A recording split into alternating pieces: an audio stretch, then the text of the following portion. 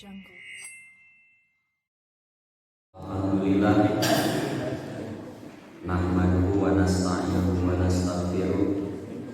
Asyhadu an la ilaha illallah wa asyhadu anna Muhammadan abduhu wa rasuluh. Alladzi la nabiyya ba'da, amma ba'du. Para hadirin hadirat jamaah salat subuh, jamaah kajian Masjid Madrasah Nurul Ilmi. Bapak Ibu, kalau kita berbicara tentang kecerdasan, sebetulnya tidak ada manusia yang tidak cerdas. Kalau Bapak Ibu punya anak lebih dari satu, semua anak Bapak Ibu cerdas. Oleh karena itu kita tidak boleh memberikan label kepada anak-anak, nu ieu pinter, nu ieu bodoh. Ya, ieu hade, ieu goreng, itu tidak boleh. Hanya kecerdasan manusia itu beda-beda. Aya nu cerdas nate resep nate kanu jelimet, kana ngitung kan aya. Ya, dia kalau menggambar tidak bisa. Kanu olahraga lompat eleh wae. Ya, kanu tare bisa, tapi kalau kanu jelimet gitu, ada kan orang begitu. Ada lagi orang yang kanu jelimet mah tidak mau jelimet. Komo hafalan wah, tapi kanu ngagambar, cerdas teh kanu ngagambar. Ya, kan ada orang ya lamun nulis dina bor dina kertas sagurat teh nya. Sagurat jadi gambar yang bagus. Ya, saya kalau gambar kaki manusia bisa diharap dan bisa ngagambar. Aya nu matematika dia tidak begitu tertarik ngagambar komo cerdas nanti karena olahraga. Ya, lamun geus nyepeng raket lah sudah. Tidak ada yang bisa mengalahkannya rupa-rupa. Nah, kecerdasan yang ini mah anugerah ilahi. Anugerah ilahi. Di kita sekarang sudah mulai Pak, banyak orang tua yang melihat kecerdasan anak jadi supados sakola teh jurusana kedah ka mana.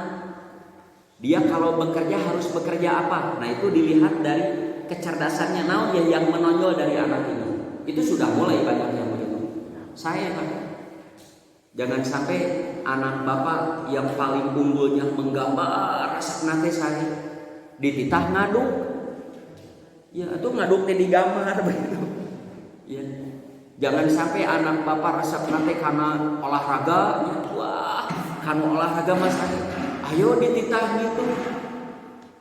Ya, tidak salah, tidak berdosa. Hanya kalau tidak sesuai dengan keahliannya pasti bakal beda. Nah, kecerdasan yang ini Allah anugerahkan kepada orang beda-beda, tapi seiring waktu kecerdasan eta mah punah.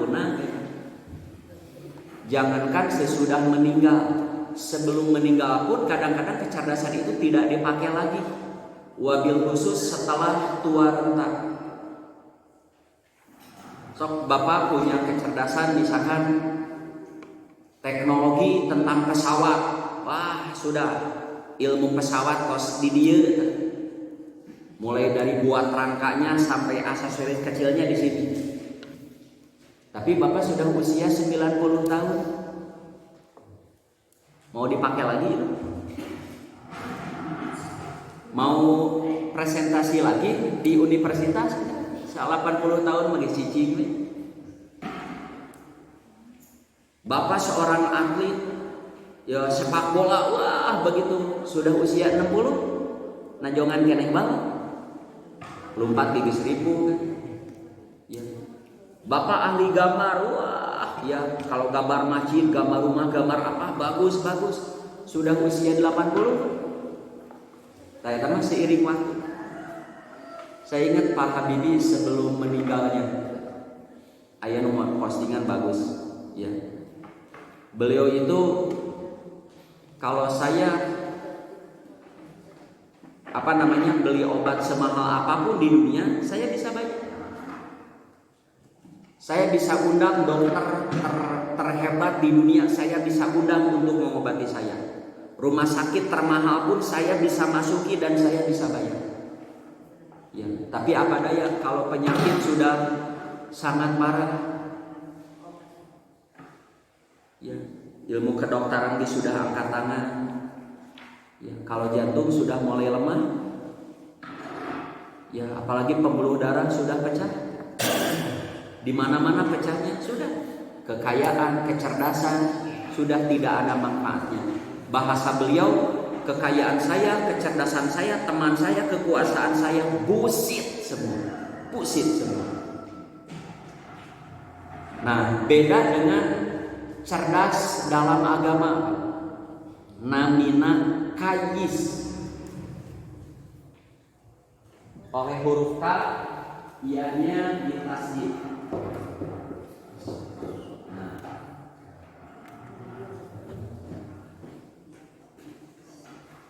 Nabi pernah bertanya, tahukah kalian man aqyasunnas, siapa manusia yang paling cerdas? Ternyata bukan yang buat pesawat, bukan yang tertara rumus logaritma, bukan yang tahu ilmu bumi, bukan. Kata Nabi, orang yang paling cerdas di antara umatku yang selalu ingat mati dan siap badai maut siap. Jadi apapun yang ia lakukan di dunia, mau makan, mau minum, mau tidur, mau bekerja, apapun yang dilakukan, yang disalametan akhirat tanu cerdas begitu. Apa saja yang membuatnya berdosa, apa saja nupi dorakaeun, ia akan hindari. Ieu mah pisalametan di akhirat lakukan. Imam picilakaeun hindari. Ini pisalametan lakukan, tak eta nu cerdas. Eta mah jangankan di masa muda, setelah mati pun bermanfaat cerdasnya. Tah, cerdas yang ini Allah bisa anugerahkan kepada semua orang. Berbeda dengan kecerdasan yang tadi. Pintar matematika, pintar fisika, ya, pintar berhitung, pintar sejarah, pintar eta mah beda-beda orang itu. Ya, beda-beda. Tapi kalau pintar yang ini selalu ingat akhirat, selalu siap untuk mati. Dia selalu melakukan yang akan menyelamatkan dia di akhirat, tak eta cerdas. Sekali lagi ya, cerdasnya eta mah setelah meninggal pun bermanfaat. Selamat berjuang jadi orang cerdas. Nah, bagaimana cara membentuknya? Jadi kalau sekedar bisa, siapapun bisa. Nutara sholat, bisaeun sholat apa? Bisaeun. Yang tidak pernah nutup aurat, bisa nutup aurat? Bisa. Nutara ka masjid, bisaeun ka masjid? Bisa.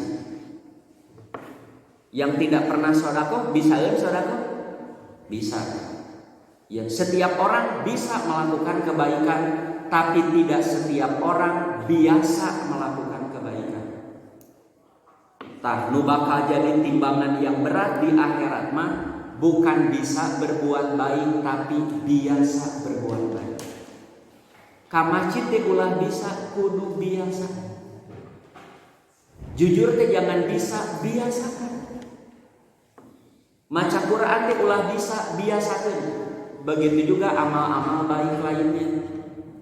Nah, ya kebiasaan mah tak eta nu bakal jadi karakter. Kalau dia seorang ibu bapak yang punya anak, kebiasaan hidup baik mah tak eta yang akan jadi pendidikan bagi anak-anak. Kaset mah cantang tunurun. Jabatan bapak ibu cantang tunurun kan. Kekayaan cantang tunurun. Tapi kebiasaan yang hidup orang tua itu pasti bakal menurun kan. Kalau ibu bapaknya jarang ada di rumah, jarang, bapak jangan menyesal kalau anak pun tidak betah di rumah. Lamun ibu bapak pasea wae oke, bapak jangan menyesal ketika anak rasa gelut. Kalau bapak biasa nampilin pamajikan bapak, non tampilin, jangan disalahkan. Kalau anak bapak pun boga pamajikan ditampilin mah. Ya, itu kan nasihat Nabi kepada orang yang mau menikah, nasihat yang ketiga. Kamu setelah menikah wajib punya kebiasaan hidup yang baik. Sebelum menikah wajib punya akhlak yang baik. Setelah menikah tingkatkan. Mengapa? Karena itu yang akan jadi pendidikan. Sok ayeuna urang naos. Ka mana cayeuna gitu. Rasaan mah halodoge aya cai. Bismillahirrahmanirrahim. Kajian Riyadhus Shalihin. Yang olahraganya orang-orang soleh, bab sabar edisi kedua. Jadi edisi pertama tobatnya. Jadi Riyadhus Shalihin teh olahraganya orang-orang soleh. Yang pertama apa? Tobat heula. Tobat itu kembali ke jalan yang benar. Kalau kita ingin kebaikan kita diterima oleh Allah, balik dulu ke relnya, di jalan Allah. Ingin berbuat baik, tidak mau berada di jalan Allah, ya tidak bisa. Nggak bisa. Sok tobat, kembali dulu ke jalan Allah. Ya, setelah itu bersabarlah menempuh hidup di jalan Allah. Nah, versi saya Pak, sabar itu sami jeung membohori. Disebut sabar mah asabru anil mahari. Sabar itu menghindari segala perbuatan yang haram, taeta namina sabar. Stressing bab harama, mau diuji apa saja yang disebut sabar mah bertahan, kuat. Yang ketika perbuatan haram berada di hadapannya dia kuat melakukannya. Tapi disebut sabar mah ketika diuji, ada masalah, ya, kesempatan melakukan yang haram ada di hadapannya dan mudah sekali ia melakukan, tapi henteu. Contoh Pak, kalau Bapak sedang tenang, ya tenang begini, ya sedang tenang, sedang tidak ada masalah, Bapak tidak pukul orang, itu bukan sabar, bukan sabar. Tapi sabar mah, Bapak dihina orang, Bapak diludahi orang, ya. Padahal kita bisa memukul, saya bisa siksa orang itu, tapi saya tidak mau. Saya cek orang Sunda mah mung sarwana abi mah, eta sabar mah Pak. Kalau perut Bapak kenyang, uang Bapak banyak, Bapak sehat, ya. Lalu Bapak berjalan, ada pohon mangga ke jalan, amis kareueut ieu buah. Lalu Bapak tidak mencuri, lain sabar ya kan. Sabar mah Bapak lapar, haus, teu boga duit, pas ngaliwat tangkal buah eta ka jalan. Terus Bapak tidak berani, betul saya lapar, betul saya haus, tapi untuk maling mah saya tidak mau. Eta sabar. Eta sabar. Bapak seorang pejabat, saya tidak korupsi, saya tidak menyuap, tapi memang tidak ada kesempatan. Can disebut sabar ya. Sabar mah kesempatan korupsi ada, kesempatan suap menyuap ada, dan dengan mudah dilakukan. Teu kabita. Abi mah kabita keneh kudu halal miliaran daripada kudu haram ribuan. Saya tidak tertarik dengan yang haram sebesar apapun. Ya. Mun bahasa Ali bin Abi Thalib mah ghiri goiri. Hai uang haram, godalah selain aku. Kamu menggoda saya, mau aku. Giri goiri, godalah selain aku. Pak, kalau Bapak mukanya jelek, Bapak miskin, begitu. Lalu Bapak tidak mau, tidak berani menggoda gadis-gadis cantik, nya dawuh tanagana tuh. Tapi kalau bapak ganteng, muda, uang banyak, mobil bagus, tarajol nu bohay, begitu bahenol nih, tepat neng, tak sabar berarti bapak. Nu sabar mah sakitu kase, mobil alus, ya, awak sehat, duit loba, nu bohay ngagoda, nu inget teh si mamah deh di iman, tak sabar bapak. Kuat pak? Kuat di dia mah. Kuat di dia. So, bapak usia 40-45, uang banyak pak, naik mobil bagus sendiri lagi, di tempat wisata, aya nu ngiceupan, juring-juling. Kuat mau pak? Kuat? Kuat, ari amang jeung ustad mah kuat. Do kamu nyalira mah abi duka kuat tuh kamu. Kalau bapak kuat karena ada di lingkungan ayah abi, ayah kuat, belum teruji. Kayak kuat mah keur eueuh sasaha.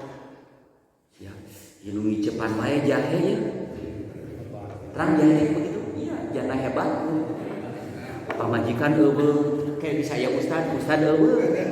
Jamaah pengajian eueuh, mat lah begitu, berarti itu sabar. Sok selamat berjuang ya.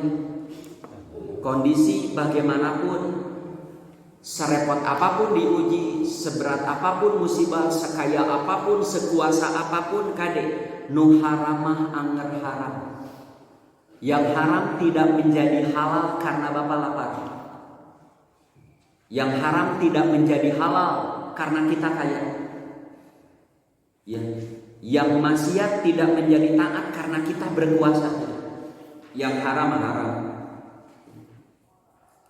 Nah, ya contoh-contohnya yang disebut oleh penulis Riyadhus Shalihin, contoh sabar mah ieu kahiji. Jadi menurut saya beliau mencantumkan contoh sabar yang pertama, sampai kapan sabar teh? Nepikeun ka maot sabar. Sabar teh aya tungtungna ku aing ditonjok manehnya teu sabar eta teh. Sabar mah sampai mati. Nah, ini kisahnya ya dibaca wae nya. Urang baca we lebar menang nulis. Kisah Ashabul Ukhdud. Terang Ashabul Ukhdud sampai turun ayat Qur'annya kan anu non la uksimu sanes eta Ashabul Ukhdud ya. Oh, Al-Buruj. Ya, surat Al-Buruj. Kan dibalik wacana sanes Al-Bujur, Al-Buruj. Al-Buruj. Sok urang bacanya, rahib dan gulam anak kecil. Hadisnya dari Suhaib Ar-Rumi. Rasul SAW bercerita tentang Ashabul Ukhdud. Nabi bercerita Ashabul Ukhdud bukan baca buku sejarah, bukan hasil kuliah, ya, tidak baca buku-buku sejarah, tidak. Dari mana Nabi tahu? Wahyu. Ya, tahu kisah Nabi Nuh, Idris dan lain sebagainya, Nabi langsung diberitahu oleh Sang Maha Pencipta. Itu pun tidak semua Allah kisahkan. Kan surah Allah dalam Quran, ya, para nabi itu ada yang nakusuhum, ada yang kami kisahkan, ada yang lam naksushum, tidak kami kisahkan kepada kalian. Dulu ada seorang raja memiliki penasehat seorang ahli sihir ternama. Nah, raja-raja kapungkur gitu. Jadi setiap raja pasti dikelilingi ahli sihir untuk mempertahankan kekuasaannya. Nah, karena usia si pensihir ini sudah sangat lanjut, sudah sepuh, maka si penyihir tersebut hendak mencari penerus untuk mewarisi ilmunya yang kelak akan menggantikan posisinya sebagai penasehat raja. Nah, ini bagus. Ada pesan sami Pak Bapak oke. Bapak seorang naonnya di masyarakat, seorang yang punya ilmu bagus lah, bermanfaat di masyarakat ilmu ini. Di saat ada masalah Bapak terjun. Nah, di saat kita sudah tua, coba ilmu ini ajarkan kasahan. Kasahan deh. Ya. Jangan sampai kita punya ilmu yang jarang dimiliki orang, kita tidak ajarkan, juga tidak nulis. Ketika kita meninggal, ya meninggal dengan ilmunya. Sayang. Kalau kita tidak mengajar, nulis. Ya, nulis. Sok. Bapak Ibu tahu tentang ilmu ini jarang diketahui orang. Usahakan setelah saya meninggal, ilmu saya ini ada yang meneruskan, tulis. Atau punya murid. Saya tidak nulis tapi punya murid, nanti diajarkan lagi.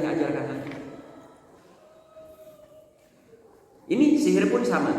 Nah, selanjutnya hingga didapatlah seorang laki-laki yang cerdas. Jadi diajar sihir wae kudu cerdas. Yang untuk dididik dan dibina. Namun sang anak tersebut, si gulam, sering berselisih dengan si penyihir tersebut. Di tengah perjalanan antara rumah si gulam ya dan istana tempat si penyihir, terdapat sebuah gua yang dihuni oleh seorang rahib. Ya, mun diurang mah rahib teh tokoh masyarakat, ahli agama. Ya, lamun di Islam mah ahli pengajian, sanes ustad tapi dia paham beragama yang baik seperti apa. Dan rahib mah tokoh Yahudi anu baik ya. Setiap si gulam itu lewat di tempat tersebut, ia selalu bertanya beberapa hal kepada si rahib itu. Hingga sang rahib mengaku bahwa dia menyembah Allah dan mengesahkannya. Lambat laun, gulam lebih suka berlama-lama di tempat si rahib untuk belajar. Dan akhirnya selalu terlambat datang belajar ke tukang sihir. Hingga suatu saat kerajaan memerintahkan menjemput ke rumah si gulamnya. Mana dia? Karena hampir saja ia tidak hadir pada suatu hari. Ya. Dan ia menerima hukuman. Si gulam memberitahu perihal itu kepada si rahib. Maka sang rahib menjawab yang mencari solusinya. Ia berkata, jika si penyihir bertanya dari mana saja kamu, nah jawablah oleh kamu, aku ditahan oleh keluargaku. Nah, nanti jika keluargamu menanyakan keberadaanmu, maka beritahu mereka bahwa engkau berada di tempat penyihir. Jadi saking ingin terus berlama-lama dengan si rahib, jadi ke istana belajar sihir lambat, pulang ke keluarga lambat. Bagaimana alasan? Saya sudah betah jeung si rahib teh. Hidayahnya kan itu. Hidayah itu. Ya. Kalau orang sudah dapat hidayah, resep karena benar, pasti ujiannya berat. Komo nulareng ka kamu. Aya we godaan. Nah, suatu hari si gulam sedang jalan. Ia menjumpai kelompok orang yang berhenti di jalan karena ada binatang buas singa yang menghalangi mereka.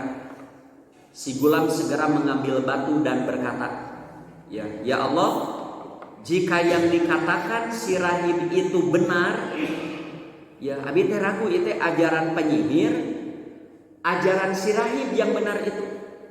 Nah, di sini si gulam mengatakan, Ya Allah, jika ajaran si rahib benar, izinkan hamba membunuh binatang itu.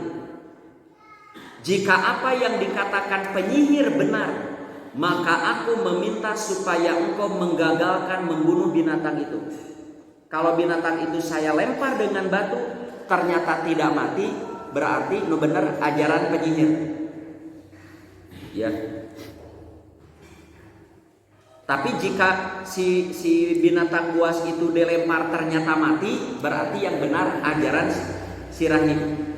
Nah, kemudian ia lempar batu tersebut dan binatang itu mati dengan seketika. Padahal ngan di baledo ku batu leutik. Baledo pae mati. Ya, jadi secara akal mana mungkin di baledo ku batu leutik pae. Ya. Nah, Allah sedang menunjukkan kekuasaannya untuk menunjukkan kepada pemuda ini ajaran si rahiblah yang benar. Orang-orang pun terperanjat setelah tahu bahwa anak kecil itu yang membunuhnya. Mereka berkata, anak ini tahu suatu ilmu yang tidak diketahui orang lain. Hingga didengarlah oleh pejabat kerajaan buta. Ia mendatangi si gulam dan berkata, Ya, jadi ayah pejabat karena si anak ini dianggaplah sakti. Ya, dipanggil lah. Ya, Jang. Ya, maneh boga naon pangaweruh lah. Cing obatan bapak-bapak lolong ya ti leuletik. Ya, lamun anjeun memang bisa nyageurkeun, saya mau tunduk patuh kepada ajaran yang dibawa oleh Rahim. Tuh, jika kembali melihatku, aku akan beri hadiah ini dan itu. Si Gulam jawab, aku tak memerlukan harta dari Anda.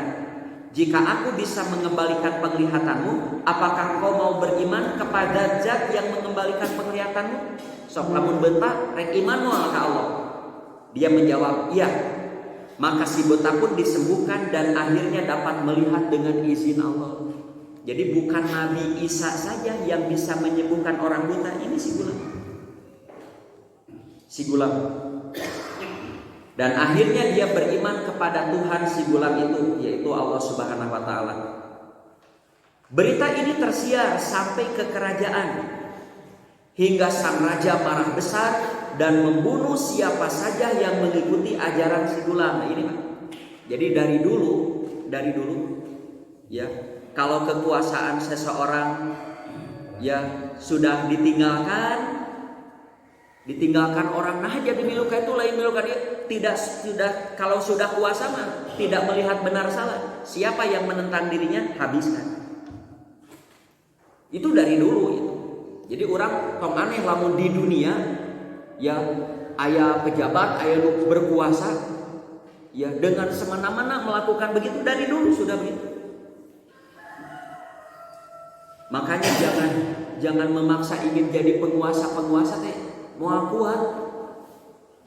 Ya, lamun orang sok ngeritik gini, wah, dumeh pejabat mentang-mentang. Nah, da urang lamun jadi pejabat gitu urang. Ya. Jarang yang kuat ya.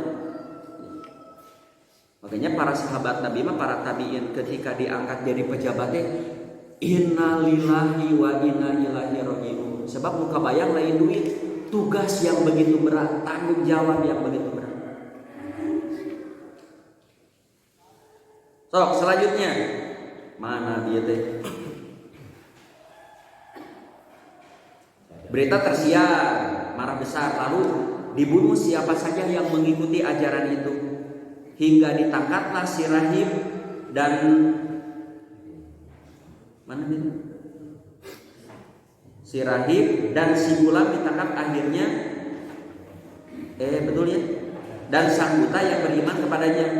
Mereka berdua dibunuh dengan sadis, dibelah badannya dengan gergaji. Jadi si rahib dibunuhnya, dia mamawa deh. Ya, begitu juga pejabat tadi yang ikut beriman dibunuh. Nah, si anak kecil mah ku abi beringkas Pak. Ya kumaha yang membunuh si anak kecil? Teu langsung dibunuh. Ya, si raja memerintah pasukannya bawa mimiti teh ke lautnya. Bawa ke tengah laut ancam. Jadi raja tidak langsung membunuhnya karena perlu, dia cerdas, perlu untuk penasehat nanti. Bawa ke tengah laut, ancam sok lamun tidak mau meninggalkan Tuhan kamu, saya akan tenggelamkan. Apa yang terjadi ketika si Gulam ke tengah laut? Justru yang membawanya pada tenggelam. Si anak itu datang ke raja. Nah mana datang? Kemana yang membawa kamu? Mereka semua tenggelam di laut. Cing aya nama bawa ke gunung. Ya si anak ini bawa ke gunung, ancam. Mau meninggalkan Tuhan kamu? Kalau kamu mau meninggalkan Tuhan kamu akan selamat. Geus cicing dengan aku, kata raja. Ya, tapi apa yang terjadi? Setelah ke gunung, justru yang membawanya pada meninggal. Si anak kecil ini datang dengan selamat. Raja bingung, iya si anak diancam bagaimanapun tidak mati-mati. Maka si anak pun kepada raja mengatakan begini, Tuan Raja, tidak ada yang bisa membunuh saya, tidak, kecuali satu saja. Ya, caranya saya dicangcang, ditihang, ya, lalu dipanah nanti. Tapi harus ngumpul orang-orang, dikumpulkan. Nah ini politik tingkat tinggi ini. Sok, saya cangcang di panggung, ya. Nanti dengan cara dipanah, tapi harus banyak orang-orang kumpulkan. Si raja pun memerintah orang-orang berkumpul, si anak ini dipancang, ditiham, ya, biarkan orang-orang menyaksikan. Nah, yang memanahnya sebelum memanah harus mengatakan begini, saya beriman kepada Tuhan pemuda ini. Ya, dipanah, cerep, mati saja. Ya. Setelah si pemuda itu mati, apa yang terjadi? Semua rakyat yang melihat kejadian itu semua beriman kepada Allah, tidak beriman kepada raja. Kan luar biasa. Mati satu, tumbuh 1000. Jadi raja tidak sadar dengan kejadian itu, justru orang yang beriman jadi semakin banyak karena terbukti kebenaran. Dasar raja yang dolim, ya. Ketika melihat kenyataan itu begitu, bagaimana? Apa yang terjadi? Kata raja, siapa yang beriman? Siapa? Dibuatlah parit yang besar, ya. Dinyalakanlah api yang besar. Siapa yang beriman? Kamu lempar, dibakar. Tah, resiko orang iman kuat itu begitu. Orang kalau kita pada saat itu ada, kita mau beriman atau mau ikut raja yang dolim? Pilih mana, Pak?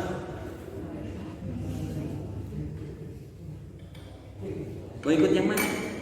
Sekarang terjadi nggak yang begitu? Terjadi, tapi caranya yang beda. Bapak mau hidup di mana pun akan kejadian yang begitu. Sejarah itu akan berulang. Ya. Am hasibtum an tadkhulul jannah, kata Allah. Apa kamu mengira akan masuk surga begitu saja? Walama ya'tikum masalul ladzina khalau min qablikum. Padahal kamu belum diuji seperti diujinya orang-orang terdahulu. Masakumul ba'sa wa dharra wa zulzilu. Kamu ditimpa malapetaka, goncangan yang hebat. Sampai setingkat Rasul dan orang-orang beriman mengatakan, mata nasrullah, kapan pertolongan Allah? Kalau kita hadir pada saat itu, apa yang akan kita lakukan? Mau ikut raja, mau ikut Tuhan si gulam itu, tapi risikonya dilemparkan ke parit berapi. Mau yang mana, Pak? Gak usah dijawab, Pak. Urang mah ku 10-20 ribu wae ngoleang. Ku 100-200 ribu wae ngoleang. Tuh tinggal titik-titik. Nah ini yang stresinya yang dicetak tebal. Ketika giliran seorang ibu yang sedang bawa anak mau dilemparkan ke api, si ibu merod. Apa itu merod? Merod. No, ini sih bahasa Indonesia kan? Sanes ragu. Merod ya nggak mau. Ya, saya bawa anak. Ya, kalau saya terus mengikuti raja jelas salah. Ya, kalau saya mengikuti Tuhan si anak ini, saya regreg beriman, tapi resikonya dibakar. Ya. Sang bayi pun yang ada dalam buayan ibunya pun berkata, meyakinkan kepada si ibunya, tuh, Bu, sabarnya bikin kamu. Ibu, sabarlah, ibu, sabar. Naon sabar di dia? Jangan maksiat. Jangan entong kabita ku raja tapi ka neraka. Mending keneh ku seuneu tapi ka surga. Ibu, bersabarlah. Sungguh engkau berada dalam pihak yang benar. Ayo ibu, wios urang dialungkeun jeung abina bu urang kadur. Jeung abina urang kadur. Bu, kalau ibu punya anak, mah wios miskin ge tapi orang bisa ka masjid.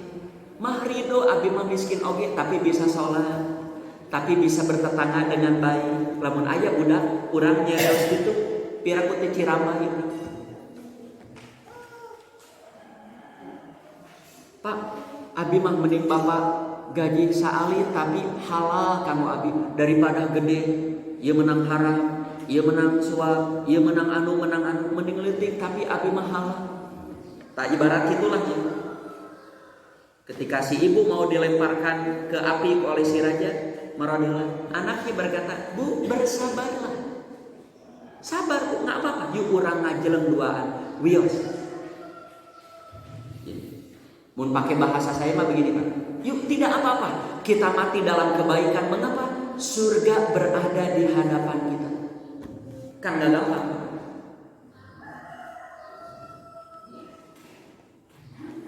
Pak, orang yang contoh pahit banyak. Dan ini tidak mustahil terjadi di negeri kita kalau kita abai. Dan ini sudah terjadi seperti di Rohingya.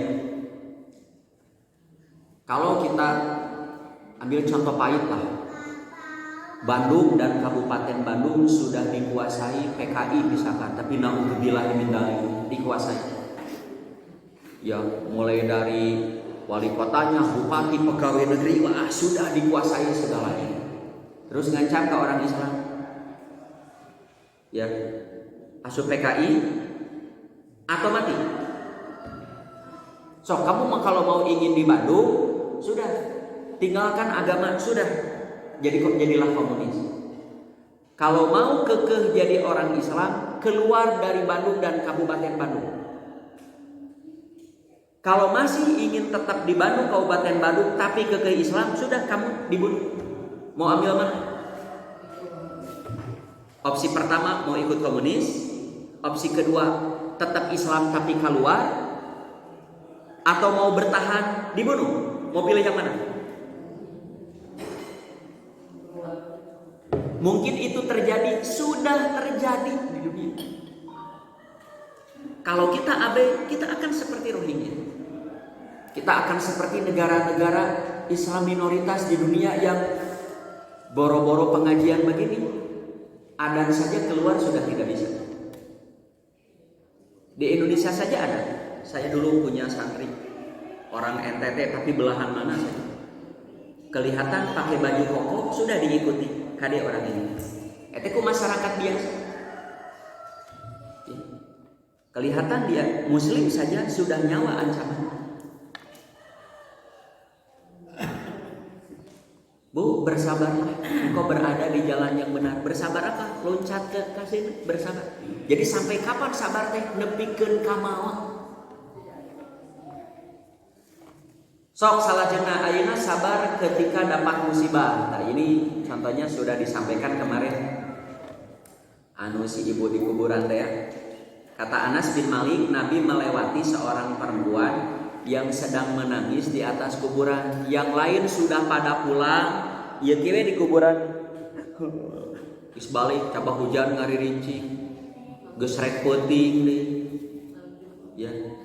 Maka Nabi pun berkata, "Ibu, ittaqillaha wasbiri." Bertakwalah, takwa teh singsieun ku Allah, bersabarlah ulah kikituan. Haram kikituan. Lain teu menang cerik, tapi cerik dugi ka kitu mah. Karena menangis dengan seperti itu terus di kuburan, yang lain sudah pada pulang, ya di kuburan cerik itu. Nah, itu kan secara tidak langsung menuduh kepada Allah salah, mengapa mematikan orang itu? Tak eta teu sabar. Bukan tidak boleh nangis, dan Nabi ge nangis. Ya, Nabi juga nangis. Tapi mengapa Nabi menyebut bertakwalah, takutlah kamu oleh Allah, bersabarlah. Karena kalau kamu terus begitu secara langsung kamu tidak setuju kepada Allah yang sudah mematikan orang itu, tersabar. Nah, tinggal apa? Sami jeung diurang. Karena si ibu ini tidak tahu ya siapa yang berbicara, si perempuan itu mengatakan, ya tanaha ani, menjauhlah kamu dariku karena kamu tidak terkena dengan musibah. Damane mah teu ngarasakeun gitu mun urang. Kamu tidak merasakan musibah saya. Kaditu sih. Nah gitu. Lalu diberitahu oleh orang-orang, ibu sadar barusan berbicara dengan siapa? Kata si ibu itu, tidak, dia teh nabi. Kutan sana nabi, beratak lompat.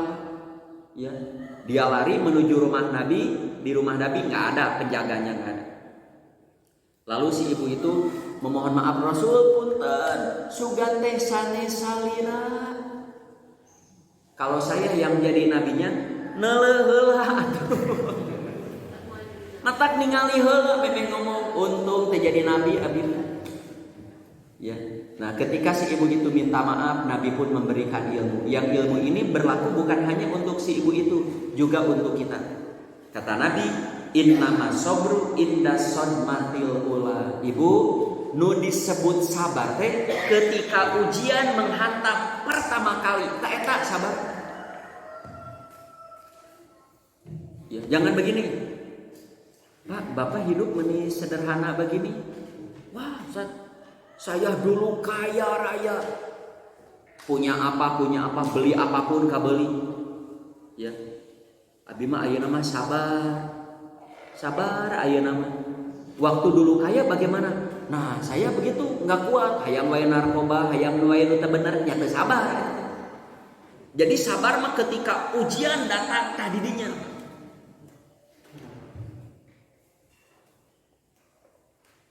Pak, lamun Bapak ditawaran cek 1 miliar, tampilin jelema itu kuat mah. Lamun ditawaran 100.000 mungkin mung kudu nampilin jelema itu. Tapi lamun 1 miliar kuat mah. Pang nyabokeun jelema itu tah 1 miliar. Cabok jelema itu. Atau ulah cabok baledog we kenteng. Pang baledog kempesan mobilna, pang kempesan tah diburuhan 1 juta. Mau enggak? Kalau Bapak mau nya teu sabar teh gitu. Teu sabar. Ada kesempatan berbuat haram dilakukan teu sabar. Hari itu mah kita tidak melakukan yang haram karena tidak ada kesempatan, lain sabar. Sabar mah ada kesempatan melakukan maksiat, ada kesempatan berbuat buruk, ada kesempatan berbuat jahat, berbuat tidak baik, tapi kita tidak lakukan. Kayis begitu. Selanjutnya, jaminan sabar ditinggal oleh orang yang sangat dicintai. Ada memang itu aja. Sabar menu pararain hubungan. Namun orang ditinggal mati oleh orang yang tidak kenal, biasa. Atau kita kenal tapi tidak begitu dekat, biasa. Imah ditinggal mati oleh anu ditikanya komo tulang punggung rumah tangga, meninggalnya mendadak teu bebeja heula.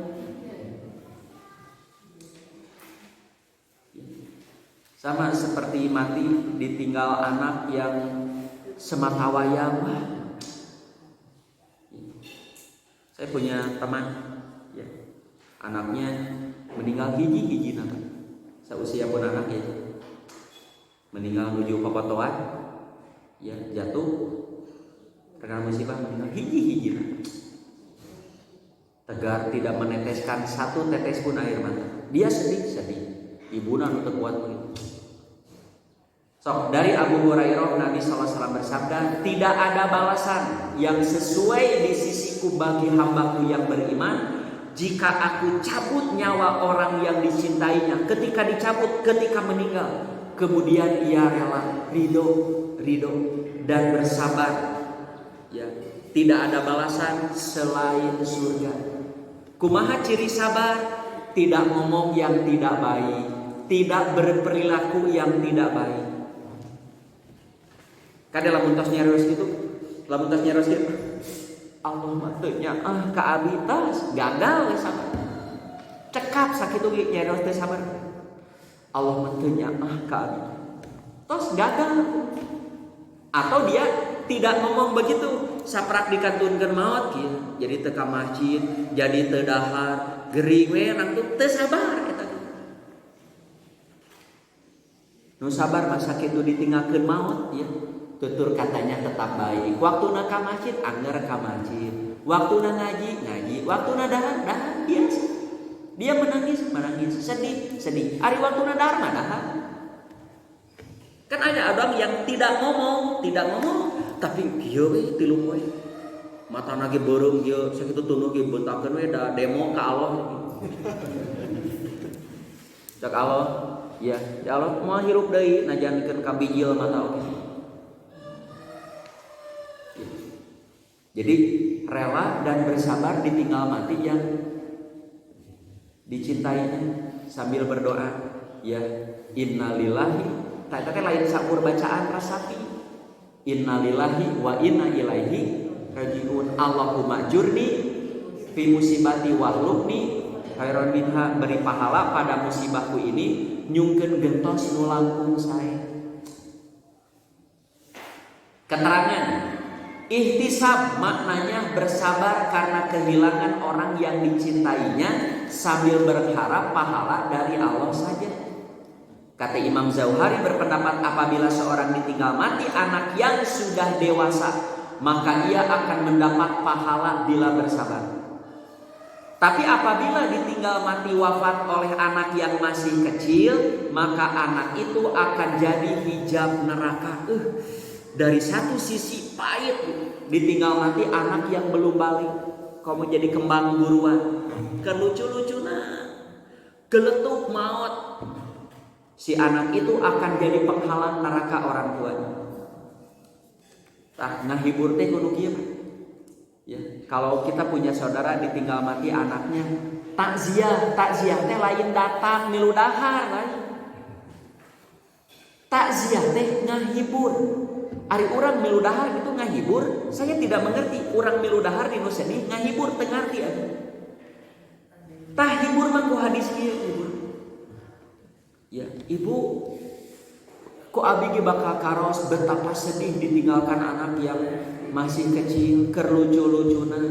Kadupa ku entong teu ngan entongna dina luhureun tek wajah.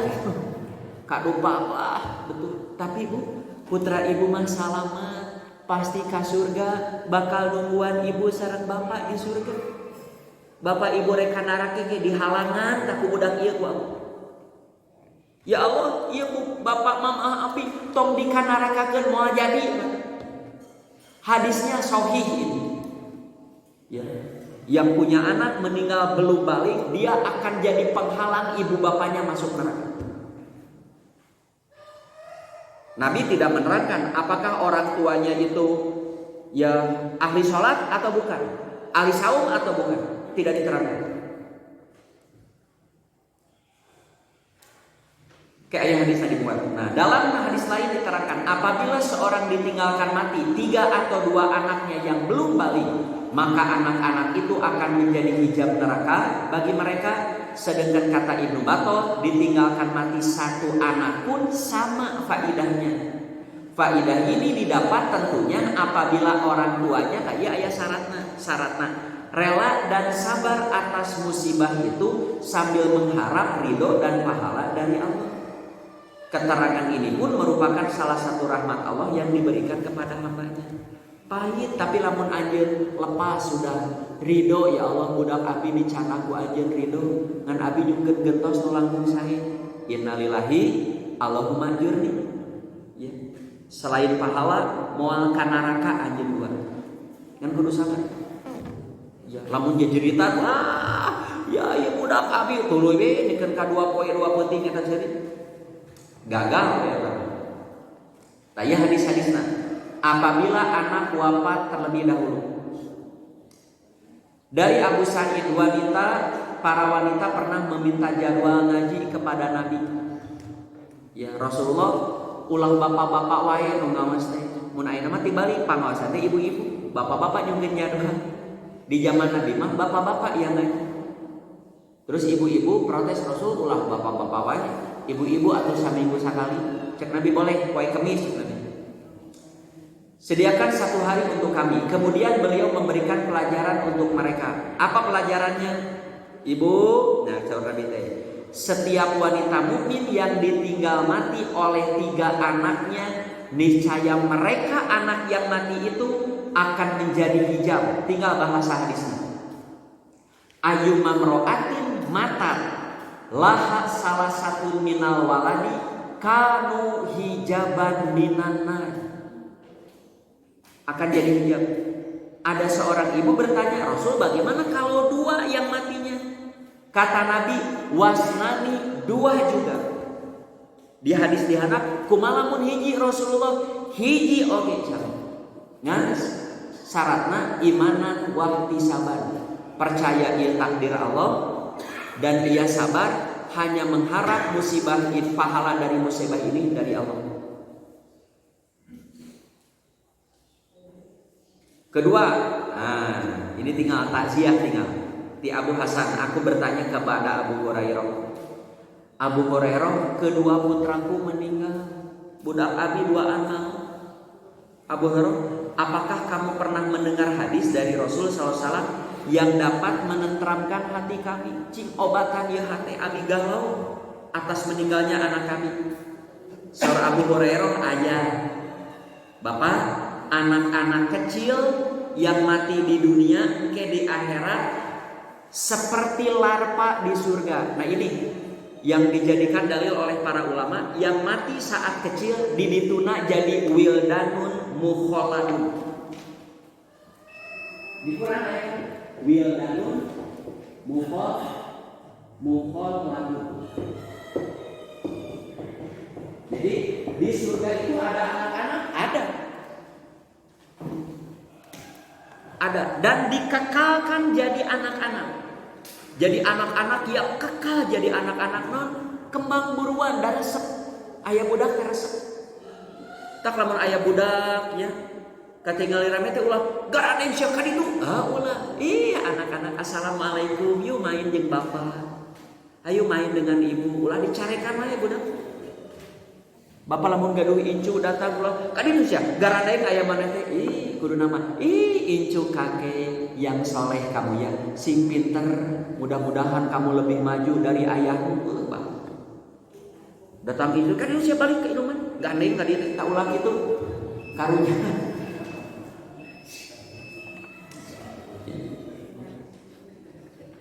Ya, jadi Pak, anak Bapak akan seperti larva di surga. Salah seorang dari mereka berjumpa dengan bapaknya atau dengan kedua orang tuanya. Lalu ia meraih dengan ujung bajunya atau dengan tangannya sebagaimana memegang ujung baju ini, dia tidak akan berpisah dengan bapaknya sehingga Allah memasukkan dia dan bapaknya ke surga. Mungkin ditepangkeun. Sok bapak ibu nu ngalaman ditinggalkan maut oleh anaknya yang belum balik, ke di surga ditepangkeun. Mah Pak emut teu ka abi. Saha ujang mah geuning budak mah ieu teh wah. Kabayang sanona tuh. Bapak angkat-angkatan Pak, angkat umroh teh seminggu. Komo haji dugi ka sabulan 40 hari. Pulang ke rumah kan bagaimana rindunya kita dengan keluarga. Apalagi bertemu nanti di akhirat. Ya, ku bajuna ku pananganna. Aduh, tepang deui ujang kasep nih. Tapi geus moal dipisahkeun deui. Ku Allah moal dipisahkeun deui sampai nepikeun ka surga. Iya, abi heula di dina Quran surat naon? Orang-orang yang beriman lalu diikuti imannya oleh anak keturunannya ngumpul deui. Bakal berkumpul. Nu katilu, dari Quraish ada seorang laki-laki mendatangi Nabi membawa anak laki-lakinya. Jadi lamun ngaji mawa budakna ya. Nabi bersabda, "Pak, Bapak mencintainya? Bapak mencintai anak Bapak?" Dia menjawab, "Rasul, sungguh aku mencintaimu sebagaimana saya juga mencintai anak saya ini." Di kemudian hari Nabi kehilangan anak itu. Kamana eta budak masuk milu ngaji kamana? Nabi bertanya kepada Quraish, "Bagaimana keadaan anak si fulan? Kamana budak si fulan?" Mereka menjawab, "Rasulullah, maot budak eta." Nabi pun bersabda kepada bapaknya, "Pak, tidaklah engkau suka jika engkau mendatangi salah satu pintu surga lalu engkau dapatkan anakmu menunggumu." Pak hoyong teh bapak ke lebat surga nunggu kapan ke surga nanti budak bapak itu. Begitu. Lalu ada seorang berkata, "Rasulullah, apakah ini khusus untuk si bapak itu atau untuk kami semua?" Kata Nabi menjawab, "Bal likulikum, untuk semuanya." Siapa yang ditinggalkan mati oleh anaknya terlebih dahulu, ia sabar, rela ditinggalkan mati, nungguan di surga. Panto, emak, dedi, mun orang Spanyol, bebek, ya, emak, nanti opa, ibu, kabayang deh, gabrung.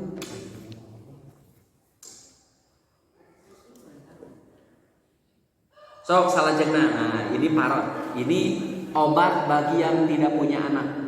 Tinggal kata Ibnu Abbas, saya mendengar Nabi bersabda, "Siapa saja dari umatku yang mempunyai dua marote, anaknya yang masih kecil meninggal, parot disebutnya, ya, maka ia akan ke surga.